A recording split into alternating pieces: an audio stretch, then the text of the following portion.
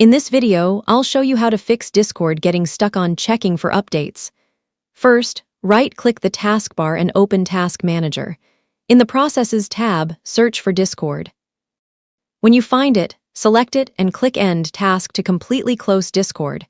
Next, open the Start menu and search for View Network Connections. Open it, right-click your active internet connection, and select Properties. Double-click Internet Protocol version 4 TCP/IP4. Select Use the following DNS server addresses and enter. Preferred DNS server 8.8.8.8 alternate DNS server 8.8.4.4. Click OK and close all windows. Now open the Start menu and search for Discord. Right-click Discord and select Open File Location.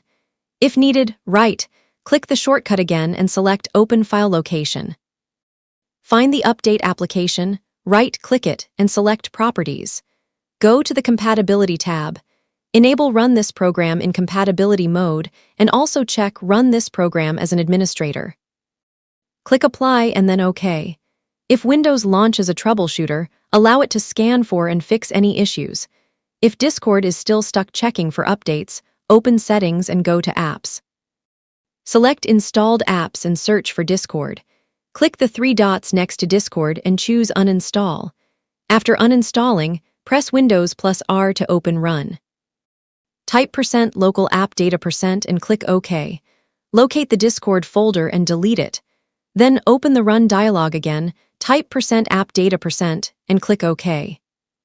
Find the Discord folder and delete it there as well. Finally, download and install the latest version of Discord. Once the installation is complete, launch Discord and check if the update issue has been resolved. And that's how to fix Discord stuck on checking for updates. If this video helped, don't forget to like and subscribe for more helpful tutorials.